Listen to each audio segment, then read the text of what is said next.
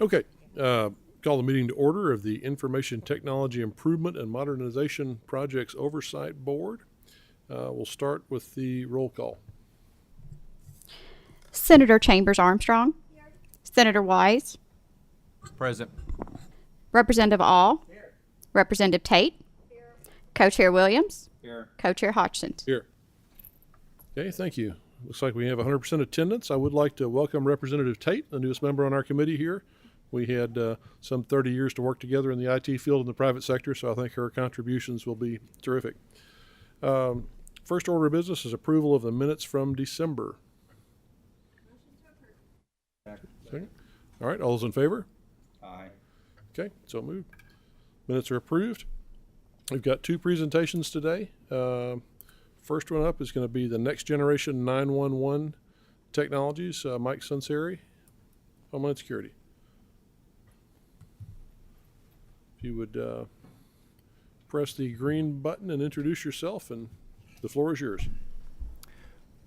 Good afternoon, everyone. Mike Sunseri, Deputy Executive Director, Kentucky Office of Homeland Security, and Administrator of the 911 Services Board.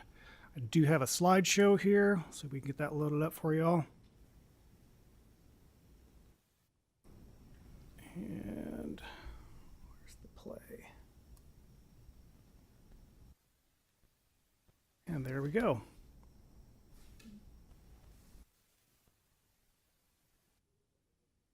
It does. It doesn't look like a lake on the screensaver here. Did we lose our IT support?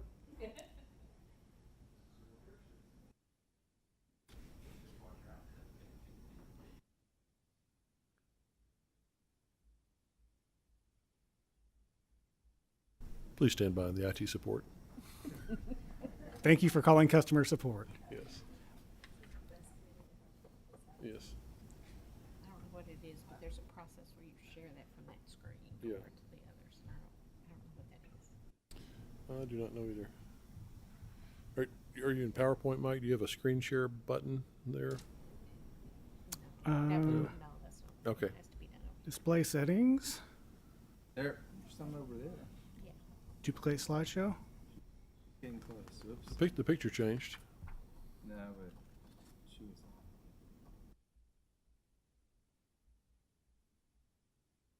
I only know how to advance slides, so, and barely at that. Okay. Let's see if we try swapping presenter.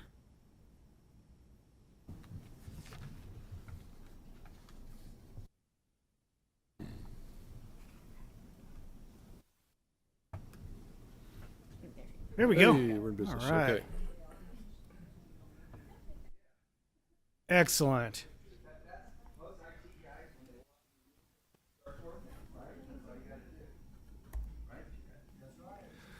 All right. Thank you all for having me.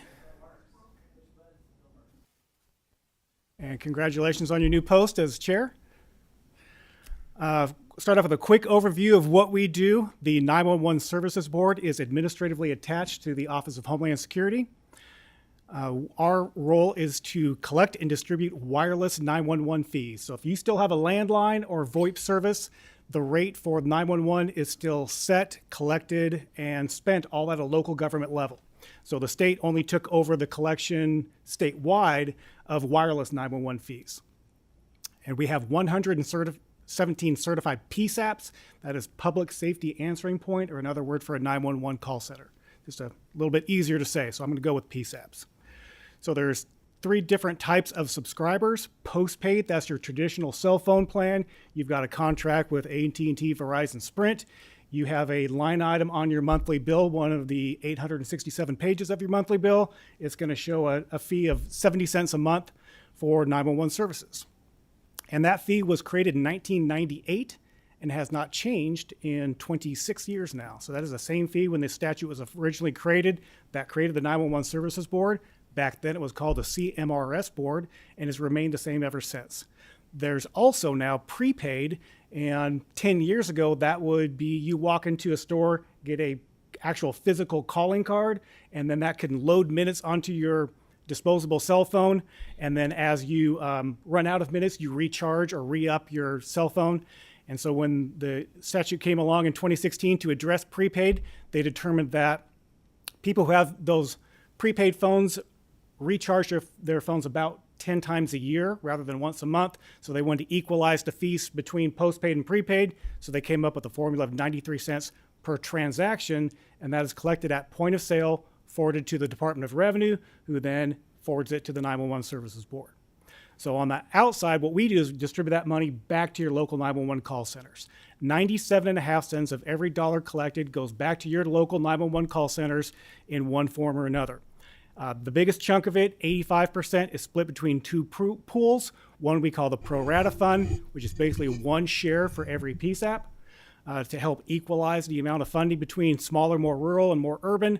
And then one that's based on the number of wireless subscribers in the jurisdictional area of that 911 call center. Another 7.5% goes to a competitive grant program with a $2.5 million cap. 5% goes into the statewide Next Generation 911 Project Fund, which we'll talk about that, the majority of this presentation. And then the last 2.5% goes to the administrative costs of running the 911 Services Board staff. All right, funding trends. So in 2015, the board was collecting about $26.5 million. When that new prepaid statute went into effect, the first full year of impact from that saw an increase all the way up to $34 million. In the last fiscal year, just concluded in July, it was just shy of $40 million. So pretty good increase in wireless 911 fees as cell phones have become ever more prevalent. We have seen a plateauing of that and do expect slow growth moving forward because now everyone and their dog has a cell phone.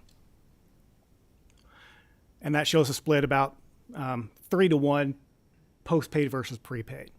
So on the landline side, and you all that have good contacts with your local government officials may have heard from them talking about the ever diminishing landline fees.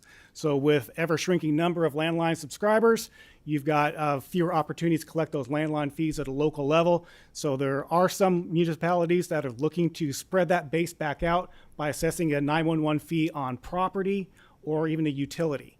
So that's to help broaden that base back out. So what does the future hold? And that's why we're here today. Next Generation 911. How many of you have heard of that term? All right, no problem. So I'm a visual learner, in case you are too. The easiest way for me to explain that, this represents legacy 911 in the most simple sense. I've had this for a while. This is actually made of real wood. It's the duck phone. If you were to plug it into a landline, it would work. You call it, its eyes light up red, and it squawks at you. And it's push button, high technology for 1985, and you can call 911 with it. And that's about the extent of how you can leverage technology with this phone. Compare that to Next Gen 911, and that would be more like your smartphone. Not only can you call 911, but it's a computer, calculator. You can send photos, videos, exchange them with your 911 call center. And that, in a nutshell, is what NextGen is all about, just a quantum leap in the technological capabilities on both the incoming side from the public to 911 call centers and on the disposition of call side from your 911 call center to your first responders. So how you define NextGen 911 often depends on the audience you're speaking to. For the IT folks in the room, that could mean the IP connectivity of all of your 911 call centers on a single network. So in the event of a natural disaster or catastrophe, that call routing traffic can be rerouted from one call center to a neighboring jurisdiction or even across the state with the flick of a switch. So great in the event of a natural disaster, fire. We had a situation several years ago where there was a fire that broke out in an ambulance bay at a small rural county that happened to house their PSAP. They were not even on the path to being qualified to be a certified 911 call center. They were all locally done. But their only answer technology-wise was to have the call traffic routed to the personal cell phone of the 911 director. And that's just a situation we absolutely can't have in public safety. And in this situation, small rural county, a very temporary solution, single incident of fire. But imagine if there had been a tornado or a major catastrophe, an active shooter event where you suddenly were getting swamped. And that's just a non-sustainable system that we can't have. So we want to move people onto ability where they can reroute calls easily in the event of a crisis and ensure that every 911 call is answered in a prompt manner. Now, one of the key technological changes in Next Gen 911 is currently in a legacy environment, you make a 911 call from a cell phone, that call is routed to a cell phone tower, and that tower decides what 911 call center the call should go to. And that's based on geometry of vectors. If it hits in this area, it goes to county A. If it falls here, it goes to county B. So Kentucky with 120 counties, 7 border states, as you might imagine, there are a lot of misrouted calls in a legacy environment. You make a call from one county, get sent to the wrong county, they answer the call, determine where the caller is actually located. They then say, okay, I'm going to transfer you over from Meade County to Hardin County, and then we'll get that call properly disposed of. Unfortunately, every time that there's a transfer that takes place, that delays first responder response, which can be the difference between life and death in a crisis situation. Not a good situation. So in a next-gen environment, calls are routed geospatially based on the actual physical location of the device, which is highly accurate down to a matter of inches. And you take your jurisdictional boundary, which for most folks is your county line, and you carve it up. Any call that falls within that jurisdictional boundary is routed geospatially to exactly the right call center the first time. So big improvement there, reduced transfers, reduced response time, reduced misrouted calls, and saved lives. From the caller's perspective, the public perspective, it can mean things like being able to send photos, videos, texts to 911 so they have a better situational awareness of the event going on, and a whole lot of technological side on the call center side as well. So in a next-gen environment, GIS is the absolute cornerstone of next-gen 911. So it's critically important that we have our maps in good order. And we've seen a lot of states that are farther along the next-gen path than Kentucky, including some of our border states, but they may have determined to invest heavily in that IP connectivity up front, only to realize several $1 million into the project that their maps were junk and they couldn't geospatially route calls because they couldn't rely on their maps. So we decided to take a little bit different route, knowing that some of the people that had gone before us had blazed some trails and learned good ways to do things and maybe not so efficient ways to do things. So we determined to invest heavily in GIS first. So some of the challenges to meeting our next-gen goals are the ever-diminishing landline fees, which put a fiscal crunch on your local governments, understaffed PSAPs. It is not just a Kentucky problem, but a nationwide problem to properly staff your 911 call centers. Doesn't pay great, high-stress job, and if someone can get that same amount of wages doing a low-stress job, it's tough to keep people or attract people and keep people in that type of environment. And also, to prepare for next generation 911, we put some pretty tough GIS requirements because we have to have 100% accurate maps to make next gen 911 work. But at the same time, we didn't just put out tough regulations and say you're on your own to do it. We want to provide a lot of resources to our local 911 call centers and their staff to help them meet these obligations. So we have a competitive grant program that we referenced earlier, $2.5 million a year, that goes out to help your 911 call centers get the equipment they need to be next gen ready for this new revolution. We also have the Next Generation 911 Technology Fund, which pools some funds from a couple different sources and said we want to use this for a dedicated path to maintain our foundational next-gen projects, which were funded by a 2019 federal next-gen 911 grant. And that brought in about $3.6 million statewide for our foundational projects. 2.2 came from the feds. We matched that with 1.4 million that came out of the board's administrative fund. So not a penny of that came from your local 911 call centers. We absorbed that entirely with efficiencies that we'd achieved over the previous several years. So what we did with this federal grant was we updated our Next Gen 911 plan, which was first drafted in 2003, hadn't been touched since then. We want to invest heavily in that GIS mapping. We formed a contract with a third-party vendor that does QA/QC and can even provide a one-time remediation of whatever data that your local 911 call centers have and get it next-gen ready. So right now, and even before the grant and currently, getting accurate mapping is the responsibility of every local 911 call center. They get their own mapping data and they maintain it. But the downside to that model is it becomes siloed information. They create their own mapping data and they use it for themselves, but they don't generally share it with their neighbors. So we wanted to break down those silos, have shared mapping, and in fact, statewide mapping available to everyone, not just the PSAP that creates it. So we formed this circular workflow that I'll get into here in a second that takes that data out of the silo and breaks it down and shares it statewide. So the display side of that is we entered into another contract that shows that mapping data and makes it available to everyone, but not just PSAP mapping data, your local maps that have roads and address points for each structure in your county, but also we leverage the state GIS clearinghouse, which has some of the most incredible data sets available in the country, and we make a lot of those data sets available back to our PSAPs as well. Things like water and sewer lines, trailheads, boat ramps, things that could help your first responders get to a call in a non-traditional place, and anything from the woods to the middle of a lake. So this is that workflow in action. The individual 911 call centers create their own data. It then goes through a QA/QC process with their contracted GIS vendor. They provide feedback to the locals saying, here's the errors that we found in your data sets, correct them. Once that data is deemed to be next-gen ready, it then goes over to the Division of Geographic Information, which is within the Commonwealth Office of Technology, who you'll hear from next. And, you know, Kentucky leads the nation in some categories you don't always want to lead the nation in, but one area that we are an absolute nation leader in is GIS. And the GIS shop we have here in the state is really second to none. And they took the responsibility of housing all this aggregated and validated data and making that available back to your local 911 call centers, along with dozens of other valuable data sets. And so at that point, it then is displayed in the local 911 call center through a mapping solution. So that represents our workflow.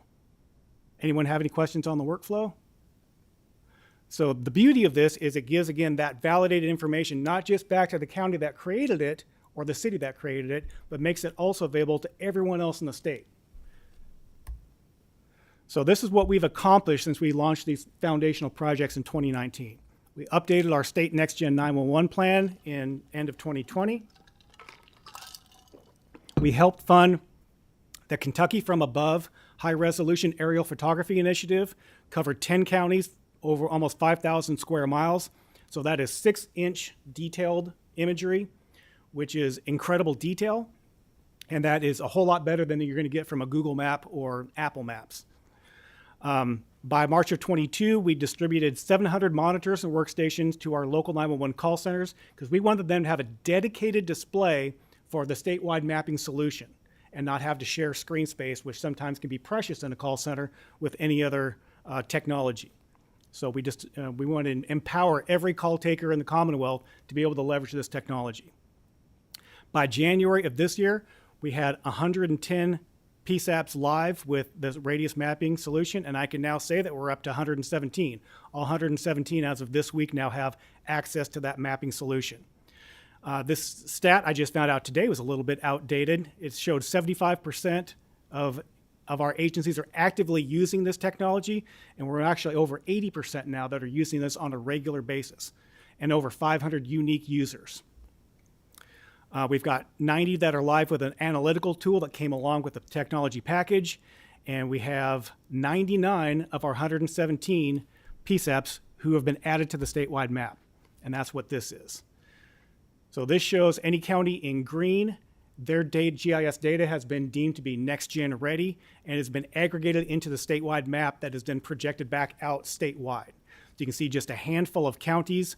We're at the point now where we've got just 17, 18 to go, and we're working with our contracted GIS vendor for that one-time data remediation that the board is providing at no cost to your local call centers and knocking those out. So we've made tremendous progress, especially in the last year. And we're honestly farther along than a lot of states who have a full-blown next-gen system in place and have had for years. So leveraging that technology, we want to make sure that when we get the funding to do the geospatial call routing and that IP connectivity, we can cut people over from that legacy system to the next-gen system as quickly and efficiently as possible. So what's next? It's called the ESI or EZINet. That is that IP connectivity that will put all of our 117 call centers on a single network with built-in cybersecurity efficiency or safeguards and redundancies. And next generation core services, that is what that geospatial call routing, one single brain can make the call making or the call routing decision for every call that comes into the state. Again, based on those geographic boundaries. So all that GIS foundational groundwork we've laid will allow them to cut over to this new next gen system in a quick and efficient manner. And we were hoping that there might be another round of federal grant funding that came down. It's been put in the federal budget in a couple different ways in the last several years. It's gotten caught up over spectrum auction concerns by the Department of Defense. So, fingers crossed, but we can't count on that. Question, Mike, that ESI net, who hosts that? Where does it live? Who owns it? Great question. So that is, we'll go out to RFP on that. In some states, they use a higher education infrastructure to do that. Tennessee did that initially with they were the first state to go Next Gen 911, spent a whole lot of money on that, used their higher ed backbone, and after about a decade, backed out of that and decided to go with a contracted vendor. Most states, nearly all, use a contracted vendor to supply that EZINet service. Well, is there anybody that administers it, thinks about it long term, determines policies, seeks budget, things like that? Who's the owner of it? The 911 Services Board would enter into the contract and have management responsibilities of that. So whether it's contracted out or even goes through a Kentucky wired, we're hoping that they might put in a proposal, should funding arise, to be one, if not the primary provider of the ESI net, maybe a secondary or tertiary backup. Okay. But yeah, it's a managed software as a service, is a managed contract. All right, so we have done all we can with the existing funding that we have within the Next Gen or within the 911 Services Board system. We've leveraged that federal grant. We created that Next Generation 911 Technology Fund, and we have a funding mechanism in place to at least continue the projects we have in place going. So what's it going to cost to do the next steps? And we talked about the benefits to your 911 call center already, that reduced transfers, decreased response time, saved lives. So we asked our technical consultant to provide us a cost estimate, basically two different charts they came up with based on populations over 6 million or under 3 million. Of course, the issue for Kentucky is we fall right in the middle of that. So we're estimating that funding to be about $5 million a year. So we had put in a budget request through the executive branch, and that was included in the governor's proposed budget. And we are very thankful that the House in its filed budget did also include funding for the first wave of Next Gen 911. And so what is in the budget right now is under the Homeland Security budget, an appropriation of $5 million for each of the next 2 fiscal years. And that will be enough for us to get into contracts with the core services provider and with the ESI net provider. And at that point, we can come back and have a discussion of, do we want to go the route, or do you want to go the route, I should say, as the purse holders of the state budget, the route of continuing biennial appropriations, or should we look at that 911 fee that hasn't changed since 1998? Now, I realize in the political climate, it's pretty difficult to increase fees. For some folks, they may akin that to a tax increase. It has actually been determined in the courts that it is a fee, not a tax, but regardless, it's not as important to us as the managers of the project where the funding comes from. We just hope that we can show value to the General Assembly that it is a worthy project of funding, and whether it gets continued funding through biennial appropriations or a fee adjustment, which hasn't happened in 26 years, will be up to the wisdom of the General Assembly. But I look forward to answering any questions you might have about this exciting technology. It's great to be able to come before you and talk about exciting technology that we've done a lot of great work in laying foundation for, and just looking to get over that final hump for statewide deployment.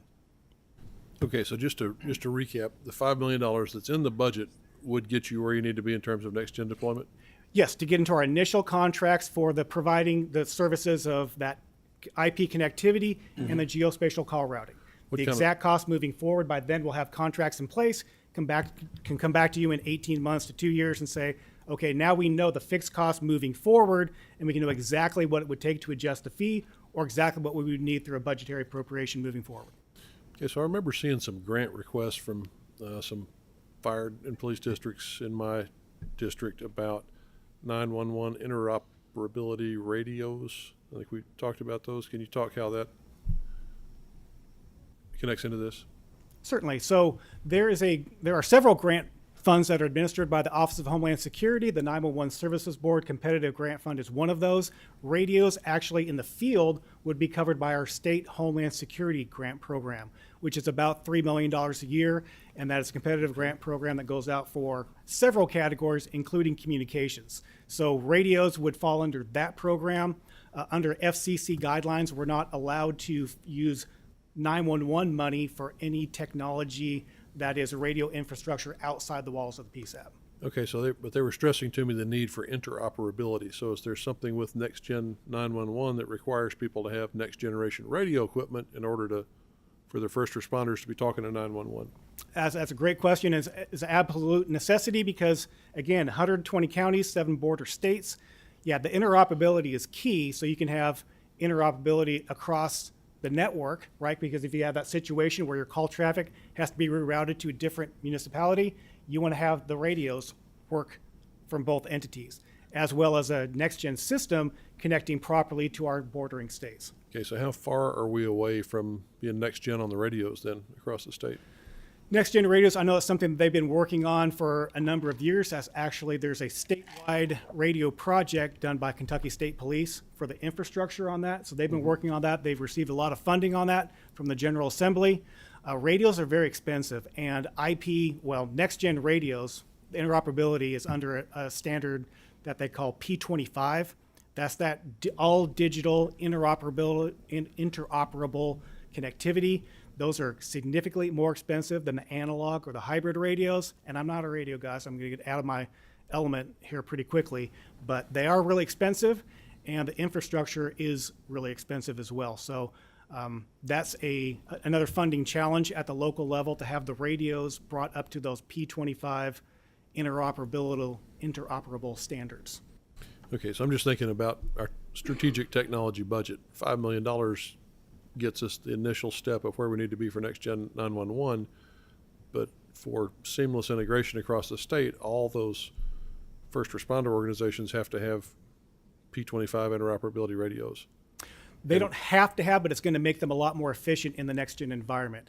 Okay. And that's a discussion that our Just like- statewide interoperability coordinator, who is Brandon Marshall from Kentucky State Police, would be able to come up and give you an excellent presentation on radio technology. Okay. I mean, Brandon Marshall, you say? Yes. He is what's known as the SWIC, the Statewide Interoperability Coordinator. And radio interoperability is the primary focus of that group. Okay. So 911 Services Board, Homeland Security doesn't administer that at all? We do not. We provide grant funds for P25 radios, and we serve on work groups along with the radio interoperability folks. Okay. So for this committee, as we look forward in the next 5 years, what do you anticipate asking for in terms of resources? What do you need to fully accomplish your mission in the IT realm in the next 5 years in broad strokes? So cybersecurity, which is great that you have that next on your agenda, is going to be a big concern. We've got a lot of local governments, your larger municipalities have the abilities, the resources to have in-house IT staff, pretty good cybersecurity staff, just as they do GIS staff. When you get out to the more rural areas, a lot of times they're relying on a county person to provide those services, or even an area development district. So it's pooled resources that may not give the level of service that they need for these needs. So getting that IP connectivity for everyone, we can handle that. The geospatial call routing we can handle. Cybersecurity is going to be a concern. Radio is a big concern for that interoperability. My executive director, do you have some additional comments? If you just introduce yourself for the record, please. Move the duck phone out of your way. Josh Keats, Executive Director for the Kentucky Office of Homeland Security. Just to circle back on your previous questions about 911 and the P25 radios and the interoperability question, Mike's and our office's 911 group really focuses on the call taking. And so where Kentucky sort of is falling behind the rest of the nation, just think if you're along the Ohio River and you call 911, there is a great chance that your call is going to be routed to an Indiana 911 call center. And that dispatcher will then take the information, and it'll take several minutes now to transfer that call back to where it really needs to be. So we're really cutting out minutes where seconds matter. So the 911 portion and the technology associated with the call taking is getting the call handled correctly, geographically, where it needs to be quicker. So the interoperability question now also involves KSP and the massive upgrade that comes, they've been working on installing towers across the state and getting the technology that supports that.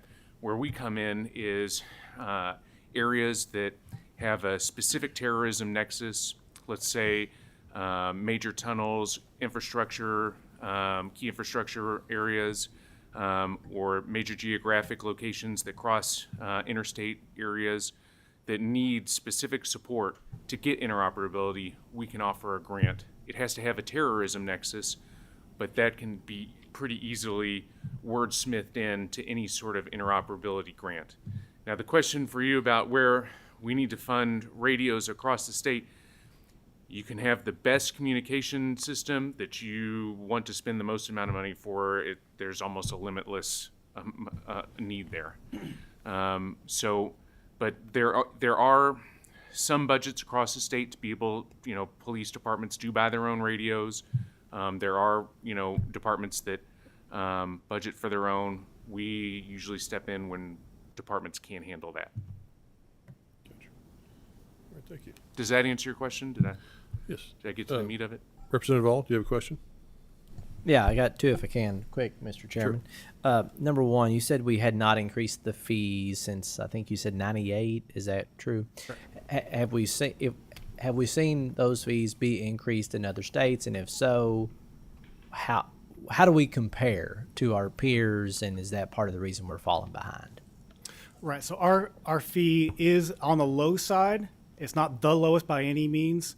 But the thing you have to keep in mind is the cost of providing 911, just like the duck phone I showed you, was $35 in 1985 and is actually worth $35 today. I just looked it up on eBay, versus a cell phone, right? So that as technology increases, the cost to build out your 911 call center and to operate it is going to continue to increase.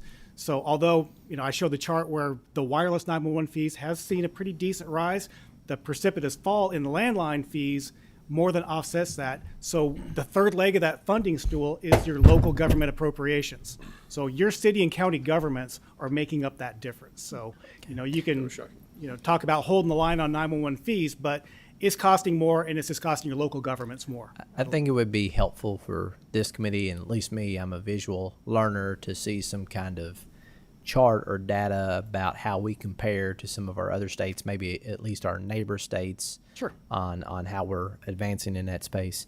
And then kind of the same thing, my second question was around the radios, you called it P25, that interoperability with that type of radio. Are other states moving in that direction technology-wise because they have some data or proof that it helps with our responsiveness and it saves lives? And so if you can put a story with, the need for that interoperability, and if it saves lives, then I think we need to be educated on how much that would cost and how many lives could be saved, and some data around that space. Yeah. The motivation for P25 is actually federally driven as well. So having radios that can communicate across different bands and to different departments, really comes out of the response for 9/11, and still the United States is still trying to get independent departments to be able to communicate. In fact, every after action in a major urban environment, or really anywhere, the first complaint is communication. Mm-hmm. And so, to your point, we can absolutely help get some data together about how many departments need P25 radio assistance, et cetera. And how much it would cost. That's right. Okay. All right. Thank you. Yeah, we'll work with KSP to get that squared away. Okay. Senator Williams? Yes, you mentioned that we're operating. Excuse me. You mentioned we're operating off of a 2003 draft plan, has that plan been updated? Does it need to be updated? Who does that? What's the process? Yeah, that was the first thing we accomplished with our 2019 grant, was updating our state next gen deployment plan. That was updated in December of 2020. Okay, very good. So we're talking about limited resources, getting trained operators, that sort of thing. Now we've got these PSAPs that are connected. Will this provide us the ability that if one location gets overflowed, that the calls are transferred, and is there additional education they have to do?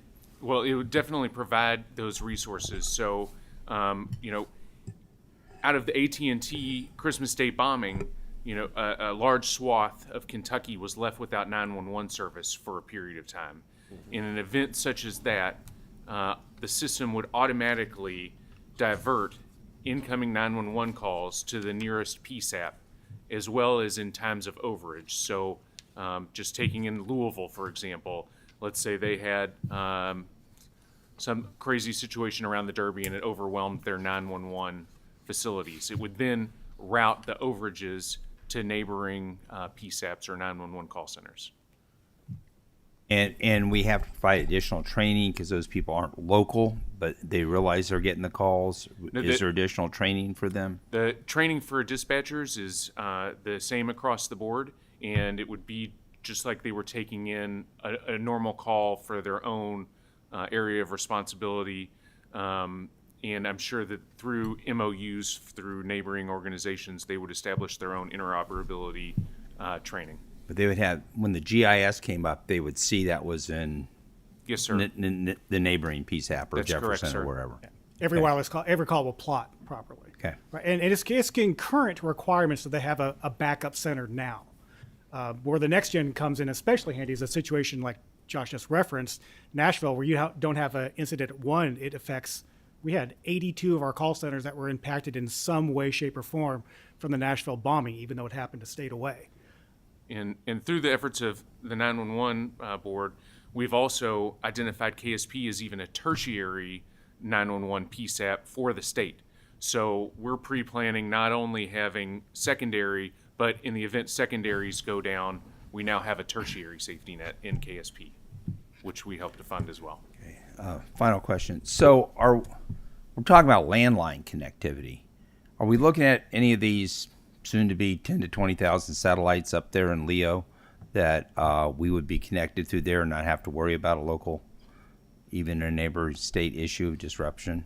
Are we looking at that, SpaceX or one of the Amazon? You're describing a great leap in technology, but also a great vulnerability in technology. And so where we might move potentially forward in having satellite connectivity, even through personal cell phones, that also describes a vulnerability that necessitates what we're putting in place now. So one of the many scenarios that could potentially play out with our foreign adversaries is to nefariously take out several satellites, which would then begin a cascade of satellite destruction. So we have to plan to, while maybe benefit from that technology, we also have to plan for the safety net to have that leveraged against us.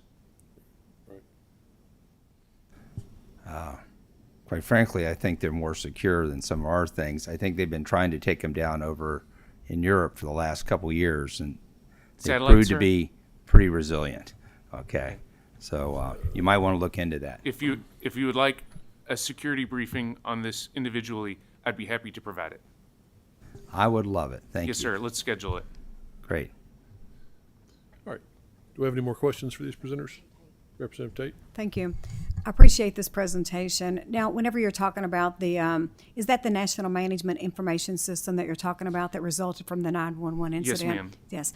And so in addition to the radios and the inability to communicate nationwide, are there any other issues that we need to be aware of for that project or that initiative to be successful?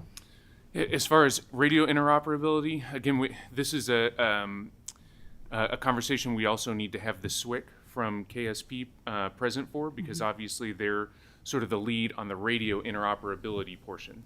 The 911 portion, one of the vulnerabilities that we also help to shore up, and I believe this leads into the next speaker's portfolio, so I don't want to steal his thunder, but is the cybersecurity grants.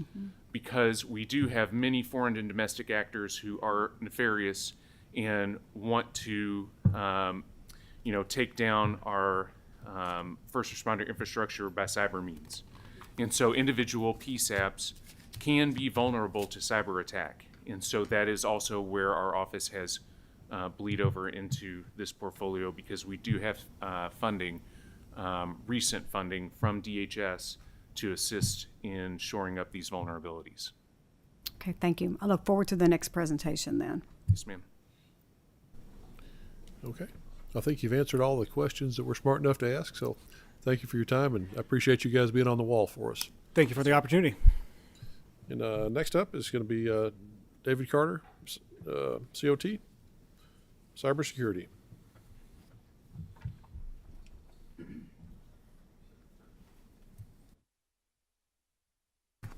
You just introduce yourself for the record, and the floor is yours. Yes, I'm David Carter. I'm the Chief Information Security Officer with Commonwealth Office of Technology. That was a really informative presentation, and now I'm about 90% sure I want a duck phone. So I'm glad to hear there's one on eBay. Shoe phone. Get smart. Let's see. All right, let's get our presentation up here. First, I want to thank the committee for your time today. I really appreciate it. This is part of my job that I love, because this is exciting stuff to me, and I always enjoy the opportunity we get to share what we've done and where we're going as a state when it comes to cybersecurity. I'd like to start with really just kind of some of the basics about the thought process behind how we've built our security program. We know that there's two different types of security technologies and security approaches that we want to look at. We want to look at the reactive side, which I would equate that to more of an airbag in a car. You know, once you have an accident, you want that airbag to be responsive, reactive, and be there to keep you from getting injured and keep you from getting hurt. And then there's a proactive side, which would be the investment in things like better brakes to make sure that you don't have the accident in the first place. The thing with cybersecurity is that you really need to have both of those, and you need to excel at both of those. There's no way that you're going to be able to be reactive to every single incident that may come your way, especially in a state government, as popular as we are with the threat actors out there. And if you've got a security guy that says your proactive security is 100%, you need a new security guy. It's not. So you want to make sure that you've got strengths in both of those areas. And that's where we've really tried to combine a really comprehensive approach that covers both of those aspects, from the frontline defenses all the way through to the monitor and response capabilities. It's so important. Looking at the things that go into that comprehensive approach, we rely on our friends from the National Institute of Standards and Technology, or informally known as NIST. And they define a cybersecurity framework, which I have up in front of you here, that does the 5 columns of expertise that you really need in an effective security program. And identify, which is really knowing yourself. It's knowing your assets. It's knowing your data, and having a risk management and government strategy around those. You've got your protect. That's where you put the basic policies and controls in place and some of the protective technology. Then you have the detect. That's where you can detect the incidents as they occur that your proactive protection technologies didn't address. And then the respond is being prepared to be at the ready to take action when an incident occurs, and then getting back in business through recover. Traditional security is the fortress approach. It's the building of walls. You build a big wall. If your adversary comes at you with a taller ladder, you build a taller wall. If he brings a trebuchet, you build a thicker wall. It's making your walls adaptive to your enemy. That doesn't necessarily work anymore, because the threat actors know that we're really good at this. They know we have really good wall defenses because we've been doing it for so long. They learned a lesson from the Greeks in the Trojan horse.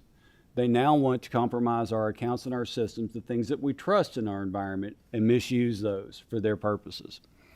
That makes it a challenge for cybersecurity. Is we have to modernize our security to accommodate that change in thought processes from the threat actors.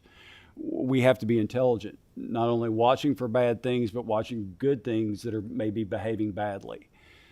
We have to be able to spot anomalous behavior in our networks. That means we have to understand what normal looks like. That's a bigger challenge than you would think. We have a huge network that spans 120 counties, 36,000 endpoints, 32,000 users, and about 5,000 enterprise servers.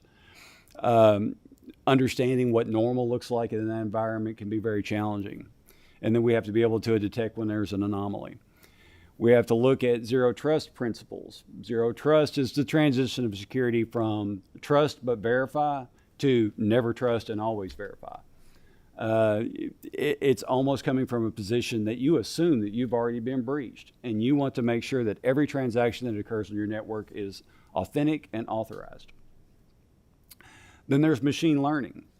AI is the talk of the town now. Everybody's talking about AI and how instrumental it is to the future of technology. But AI is nothing new. In 1950, Claude Shannon created a mouse that could learn its way through a maze and learn from its mistakes. 1952, Arthur Samuel created an algorithm to learn how to play checkers better, improve its gameplay based on the outcomes. And AI, artificial intelligence, was first used as a term in 1955. So it's nothing new, and we've been using it in the Commonwealth and our security stack for nearly the last decade. And then the big piece is the response capability. We don't want to be firefighters. We don't want to run around putting out the fire, but forgetting how the fire started. We want to build our response capability to where we take care of the fire, but we follow the breadcrumbs back to how that fire started and make sure that we don't have opportunity there for that fire to start again. So we have to learn from everything that we do. So I'd like to start by just kind of walking through the layers of defense that we have. This is very high level, and this is just a pictographic representation. This is not a logical network diagram by any means. This is just to kind of walk us through the layers that we have in place. If we start at the internet, as things come towards us from the internet, we have technologies in place. The IPS is one, which is an intrusion prevention technology. That's one of those proactive defenses. That's the P in prevention. It stops threats that it can identify based off of emerging real threats, things that we know are bad out in the world today. We have an intrusion detection system. This is not a proactive, this is a reactive, but this is something that is done through a federal partnership with the Cybersecurity and Infrastructure Security Agency, a child organization in Department of Homeland Security.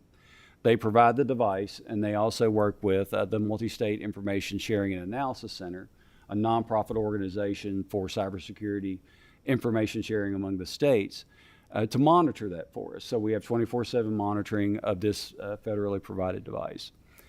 Inside of that, we have our internet firewall. Firewalls are typically the traffic cops of a network. They're the ones that say allow, don't allow.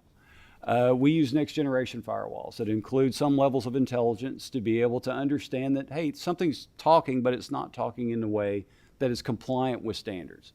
It's something that is suspect and is likely a threat actor, and it can block that activity. It's not just pass or fail. It can put some analysis to it as well. All the remote access network capabilities to get into our network, we've put multi-factor authentication in front of. That's a critical one because we want to keep the threat actors on the outside where we can hold them at bay. If they can bypass our edge defenses by using the VPN services or the virtual desktop solutions, the things that were used most prevalently during COVID. I mean, in a matter of weeks, we completely mobilized the state workforce to work remotely. They learned they could do it, and they could do it very effectively. So now we have hybrid work environments where there's people working from home and people working in the office. So remote use has become very prevalent. So we have to protect that access as being front doors to our network that a threat actor can come through. And multi-factor authentication, just for a little bit more of an explanation, is your password and your username, that's a single factor. That's something you know. You want a second factor that's not something you know, because people can trick you out of getting things that you know, like your password, and it's a very common social engineering tactic. Multi-factor authentication uses something like a token sent to your phone. So a threat actor would maybe have your username and password, but he doesn't have your phone, so he can't get into your account.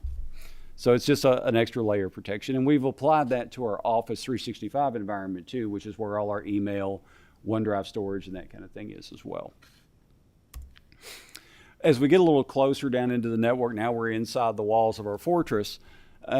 We've deviated a little bit from the industry norm that we don't have just two zones, a public zone and a protected zone. Those are usually the most common ways that it's deployed. We've taken our internal protected zone and we've split that into two, for the main purpose of modern threats don't live statically in an environment. They move. They want to move from one part to the other because they're in search of something.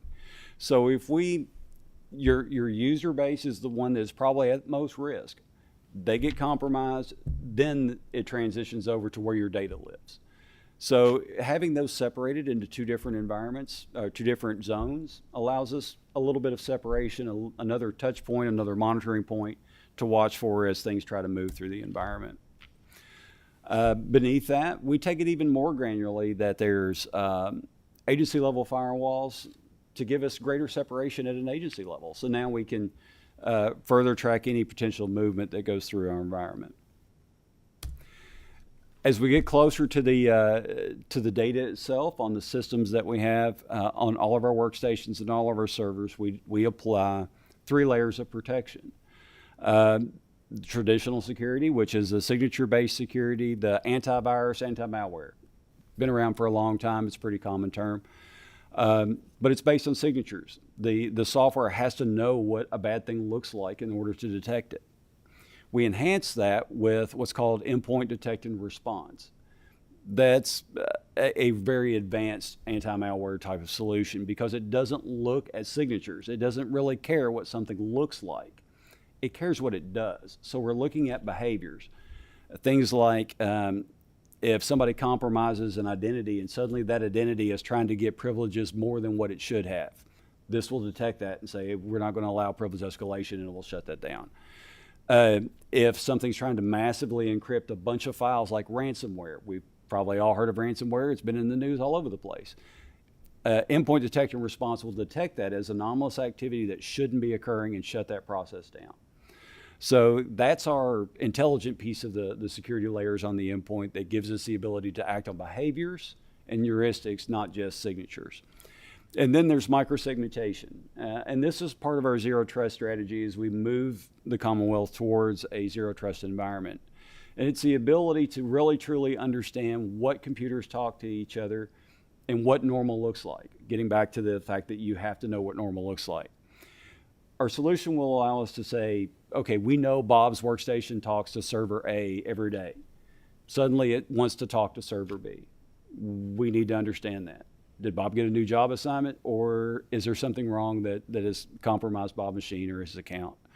So it kind of gives us that lay of the land, the understanding of what talks to what in our environment, and the ability to detect when deviations occur, and the ability to segment it off so it can contain any threat that we might have in our environment. Now, all those layers produce a lot of noise, a lot of logs, a lot of events. Not all of them we care about. The nature of the beast when it comes to IT is it generates a lot of information. So we feed all of this information, all of this intelligence into a security incident and event management system, or a SIEM. This gathers logs from all of our security appliances and devices, our Active Directory, our email, our workstation logs, server logs, remote access solutions. It pulls all of that information in and helps us filter out the noise and correlates that information. So when an incident does occur, we can package all the related information together in one place for an analyst to look at. That's a whole lot easier than trying to filter through all the noise that occurs on a network. And it places all that information in one place. So my analysts don't have to go look at 5 different places to gather the information they need to investigate an incident. They do it here. They do it in our security incident and event management system. So to kind of look at that with a bigger picture, to step back a little bit, whether the threat is coming from the internet, as you see on the left side, or trying to move laterally inside the network, as you see on the right side, the traffic will cross multiple touch points, multiple proactive touch points that can stop threats, multiple points where we can detect bad activity, and multiple places where we can stop it. So having that defense in depth, that multiple touch points, that multiple layers of security really gives us the ability to manage threats and risks in our environment in a very flexible way and in a more intelligent way, where a lot of this stuff can be stopped at the time that it occurs, as opposed to trying to chase after it later. So security is not all technical. I probably put you all to sleep with all the technical stuff. So here's some of the stuff that's not technical, and I think that's some of the most important stuff in our program. We leverage industry standard frameworks, and there's a good reason for that, because you can't miss anything if you have a good playbook to go by. If you've got a good checklist, you're gonna check off everything. We leverage the National Institute of Standards and Technology 853 Risk Management Framework. That's a framework that has over 1,000 controls. The version we use uses over 1,000 controls. That includes control enhancements as well. So we use the moderate level of that, which is NSA level. We also leverage the Center for Internet Security, which is a nonprofit organization that helps people, businesses, and government with cybersecurity. And what they do is help build hardened baselines. Those are the baselines we use when we set up machines, because we know out of the box they're going to be hardened and ready for our advanced security to go on top of it. But out of the gate, the minute we turn it on, we know it's going to be in its most secure configuration. We also use the MITRE ATT&CK framework. And of these things on here, the thing that looks like an acronym is MITRE, and it's not. I wish I had what that stood for, but it's actually a company name. It's a nonprofit organization that catalogs and collects what we call the security geeks call TTPs, tactics, techniques, and processes. This has cataloged 150 of the individual techniques and tactics that bad guys use, and 270 of the sub-processes they use. Any cyber attack that you have is a chain of events. All those various tactics, techniques, and processes link together to form that chain. You don't have to kill everything on that chain. You just have to get the critical links that mean the most to the success of that attack. You can stop that attack by breaking the link on those chains. What we do is we map our defensive technologies and our reactive technologies against the MITRE ATT&CK framework to make sure that we have the most complete coverage over all of the techniques and tactics that the bad guys use. We also address the human element. We have an enterprise identity management system to make sure accounts are created and deprovisioned or taken away when people leave state government. It's a high risk to have an account that hangs around after somebody's no longer employed with the state. There's an account that's out there that nobody's going to notice if it's being compromised, because nobody's using it. They're not going to have the triggers to know, hey, something's happened to my account, because nobody's watching it. We also don't want people to carry permissions from one job to another. That's often common, that somebody will pick up permissions in job 1, move to job 2, and keep permissions from job 1. That doesn't follow the least privilege principle. So we automate with the state human resources system to get a feed from them, and we automate the ability to create, stand down, and change these accounts based on employee movement and exit. Cybersecurity awareness is something that we've invested a lot in our state program, because honestly, that is a first line defense. We want to start security at the mindset of the user before they even touch a keyboard, because they are a big part of our risk surface. And just to give you some numbers, every October we participate in National October Security Awareness Month. And this month we had 1,700 attendees at 4 events. over 40,000 emails in our feedback mailbox and our security quizzes mailbox. And by unique participants, over 28% of the state workforce participated in the activities for that month. That's huge. That's almost 42,000 instances where cybersecurity was top of mind for somebody in state government. That means a lot to me. So that was a great success. We also understand that phishing is probably the most prevalent thing that is involved in every cyber attack. If you look at every cyber attack from the last 10 years, the vast majority of them include a phishing component. Phishing is where somebody will send an email to entice you to do something. They'll want you to open an infected attachment, or click on a link that you shouldn't click on, or send you to a login page that looks like your login page and they want to steal your credentials. Phishing is a big threat. So we do a phishing exercise for everybody in our environment every month. At first, people were very mad at me because they didn't want me trying to trick them. But now they take pride in the fact that they don't get tricked. I get more emails, haha, you didn't get me this time, which is great. I'm glad to hear that, because it means they're getting excited about being good at what they do at defending the state from phishing. But to put some numbers around that, when we first started it, we were multiple times above the industry average for government, like 4 times greater than what the industry average was as far as the number of people that clicked something that they shouldn't. Now we are well below the industry average and have seen a 78% decrease in our click rates. So it's been a huge success, and I think the users are now actually getting more excited about the fact that we don't catch them as often, and they take some pride in it, which is always good for me. Risk management approaches that we take. One of the things that we do is I have a penetration testing team in-house. Not everybody does. That's a really specialized skill set. And we are looking, as Senator Williams has brought up in the past, about maybe some third-party testing. But I like having the capability in-house because I don't want something that I only do once a year. I like having the capability to do it 365 days a year. I do give them some time off every now and then. It's maybe not 365, but continuous, that's the goal of our security program, is that continuous improvement. We constantly want to do it better today and tomorrow than we did yesterday. And having that penetration testing capability in-house. To qualify what penetration testing is, if you're not aware of what that is, you can do a vulnerability scan and it'll say this thing is missing a patch. That's great, we can fix that. What penetration testing is a group of guys that think like the bad guys. They're going to go in, they're going to act like the threat actors, they're going to pull the same techniques and tactics that the threat actors use.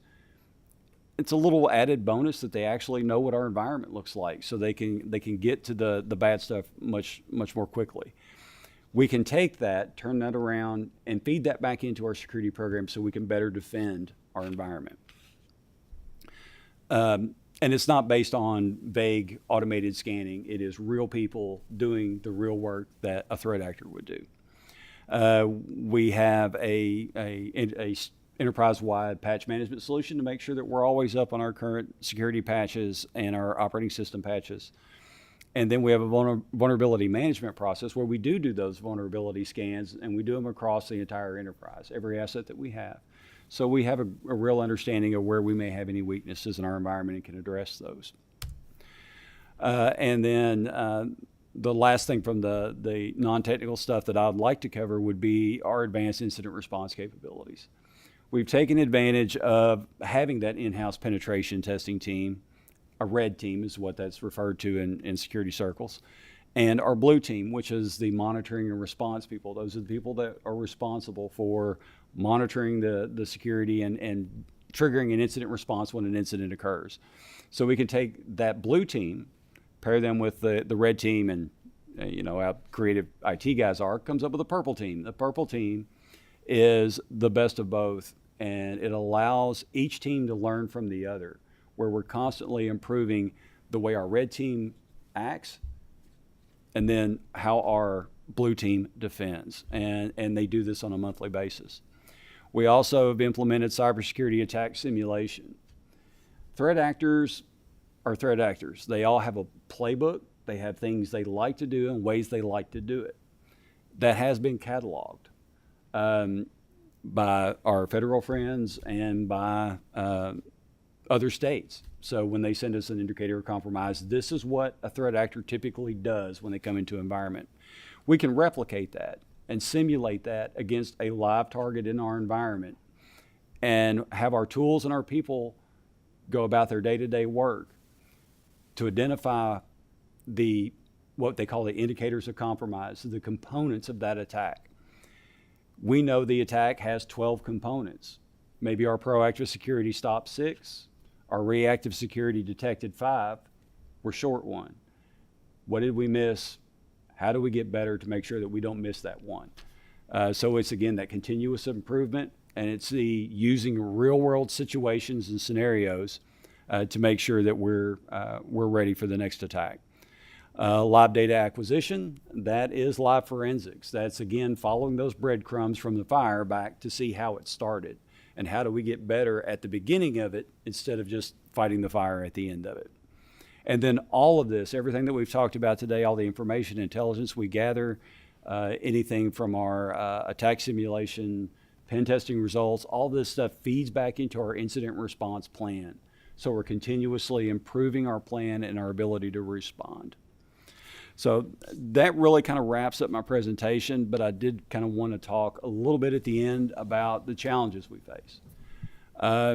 You would think cybersecurity, the challenges are technical. We've got to throw more technology at it. And I call that shooting the technology cannon. You stuff all your technology in a cannon and you fire it at every problem that comes along.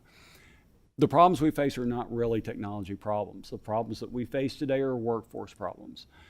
With the excellent support that my team and COT as a whole has had from COT leadership, finance leadership, and the governor's office, what I've described to you is a very modern security program, well capable of protecting the Commonwealth.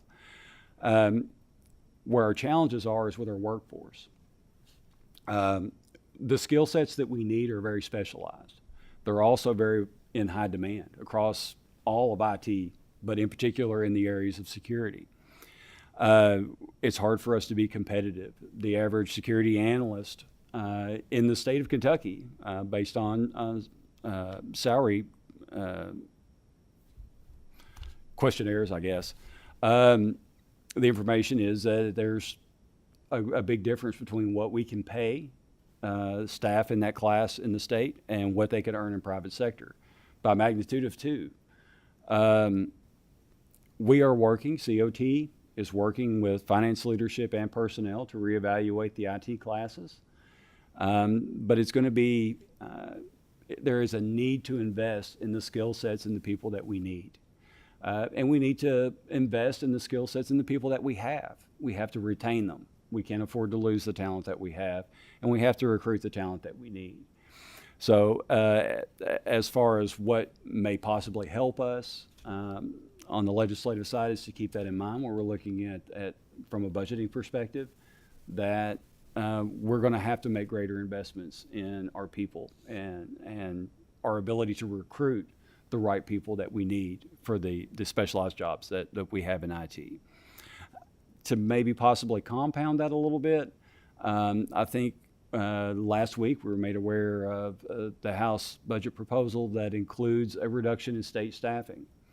That would reduce 55 full-time positions in COT. That would be operationally painful for us because not only do we not have the places for the people that we need to recruit to land, we're putting additional stress on the good people we do have, the good people that can find better opportunities financially outside of state government. And if you pile additional workload on them, it's just going to make them look harder. And we want to keep the people that we have. I'm very blessed to have very, very good people. They've got servant hearts. They are very committed to the Commonwealth, and they do a great job every day. I'm really thankful to have them. But we want to keep them, and we need to recruit more like them. So that's my spiel. It's my presentation. I'll have my contact information up here and open for any questions. Well, thank you very much for that detailed presentation. You've achieved an amazing amount in the 8 years I've been familiar with COT, and security bears no resemblance to what it looked like 8 years ago. So I'm proud of where we are, and it's a team sport with our agencies and governor's office and finance and everybody involved. It's Okay, and so a team sport. for our committee's perspective, looking long term at IT spending, and what you're telling us is that you've got the technology you need, you've got the tools you need to be able to pay personnel more. And I don't know how we address that from a long-term strategic budget investment question, because it's not a one-time expenditure or a grant, or but something I will discuss with Chairman Petrie as we go forward in the budget. Very good. Do you have any Thank you. kind of a wild guess about how much additional payroll it would require you to get competitive? That's part of the analysis we're going through now. Okay. There's a multitude of IT job classifications. We may be looking at reducing those to a critical core set, and then reevaluating what the salaries for those like type positions would be out in the public sector. Well, if you can put a rough number on it, would you please get back to me sooner rather Absolutely. than later so we can talk about it in the budget process? Thank you. Senator Williams, you got a question?